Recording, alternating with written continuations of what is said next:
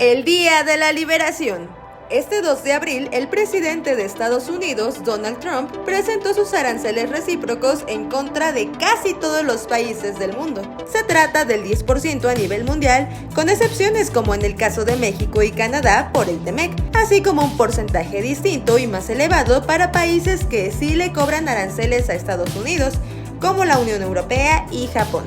Aquí te dejamos los mejores momentos de su discurso. In a few moments, I will sign a historic executive order instituting reciprocal tariffs on countries throughout the world. Reciprocal, that means they do it to us and we do it to them. Very simple, can't get any simpler than that. This is one of the most important days, in my opinion, in American history. It's our declaration of economic independence. For years, hardworking American citizens were forced to sit on the sidelines as other nations got rich and powerful, much of it at our expense. But now it's our turn to prosper, and in so doing, use trillions and trillions of dollars to reduce our taxes and pay down our national debt, and it'll all happen very quickly. With today's action, we are finally going to be able to make America great again, greater than ever before.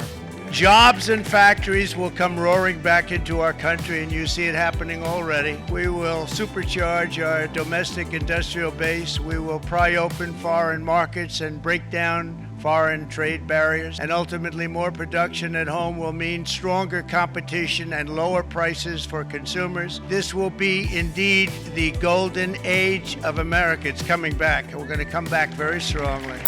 Pay the deficits of Canada, Mexico, and so many other countries. We used to do it. We can't do it anymore. We take care of countries all over the world. We pay for their military.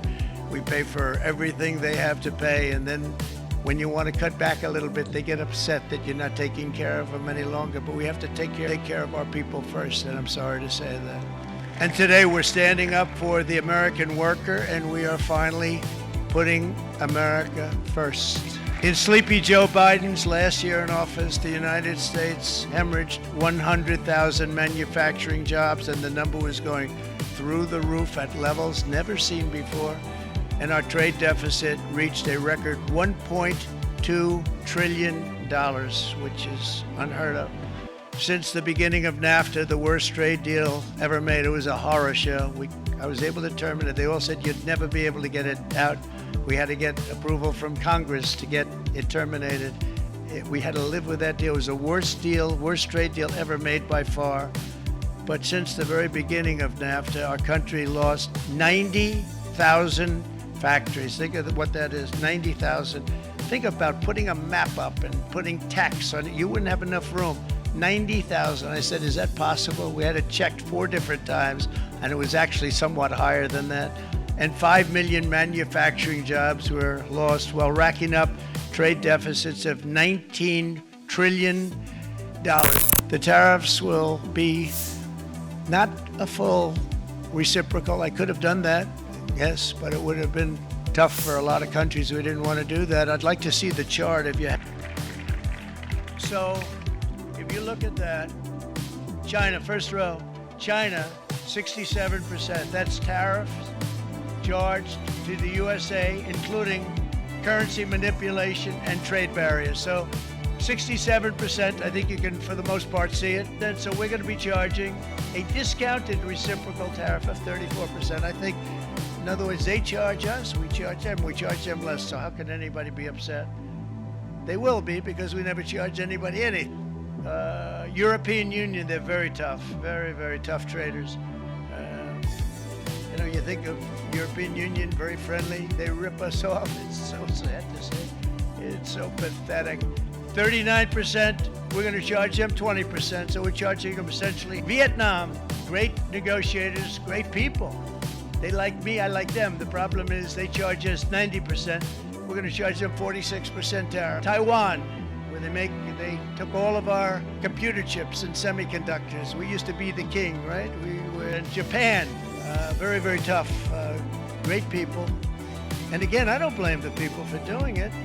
I think they're very smart in doing it. I blame the people that sat right in that Oval Office, right over there, right behind the Resolute desk or whichever desk they chose. Japan, Indonesia, Malaysia, Cambodia. Oh, look at Cambodia, 97%.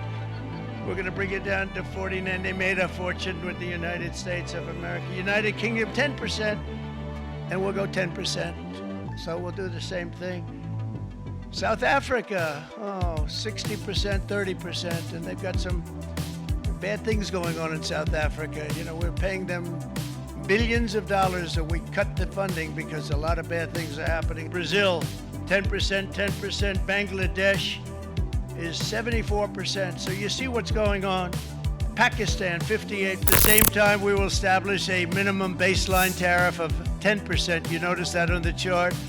And that'll be on other countries to help rebuild our economy and to prevent cheating. So we're going to have a minimum of cheating, and we're going to be very severe on the people that at the gate that watched it was made, and it was also a promise, as you know, that was kept. Promises made, promises kept. Any company that objects to our common sense reciprocal tariffs, again, reciprocal, back and forth, back and forth. And I call this kind reciprocal. This is not full reciprocal. This is kind reciprocal.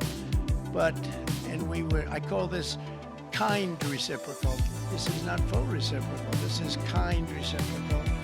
But what we do is we cut it in half. We charge them. My answer is very simple. If they complain, if you want your tariff rate to be zero, then you build your product right here in America. It's a big moment. I think you're going to remember today. It's going to be a free nation that we're dealing with. We're going to have a very free and beautiful nation.